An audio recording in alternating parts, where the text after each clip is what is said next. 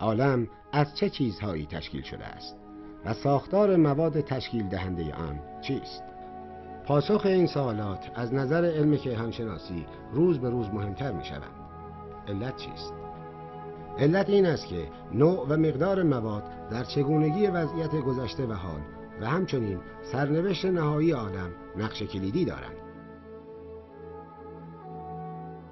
در طی قرن گذشته با پیشرفت سریع تکنولوژی تلسکوپ‌ها شناخت ما از ساختار گیتی تحول اساسی یافته است. اما در واقع آنچه به وسیله تلسکوپ‌ها مشاهده می‌شود جزء کوچکی از کل عالم را تشکیل می‌دهند.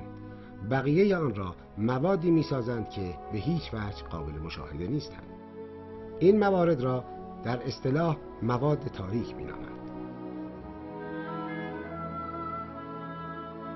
حال ببینیم که بر اساس چه شواهدی دانشمندان پی بردند که مواد قابل مشاهده یا مواد روشن جزء کوچکی از کل عالم را تشکیل می‌دهند.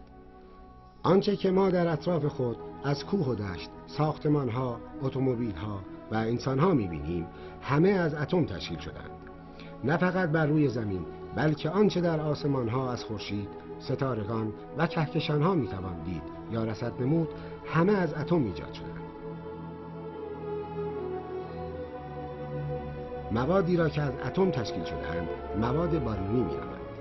نکته مهم این است که همه مواد باریونی قابل مشاهده نیستند. فقط آن دسته از این مواد را که از خود نور یا به طور کلی امواج الکترومغناطیسی صادر می‌کنند می‌توان مشاهده کرد. این دسته به مواد باریونی روشن معروفند. مواد باریونی روشن جزء کوچکی از کل مواد باریونی را تشکیل می‌دهند. مشاهده تنوع و عظمت ستارگان و کهکشان‌ها از ورای تلسکوپ‌ها چشم هر بیننده‌ای را مسحور می‌کند. اما این همه عظمت فقط 10% از کل مواد باریونی موجود در گیتی را تشکیل می‌دهند.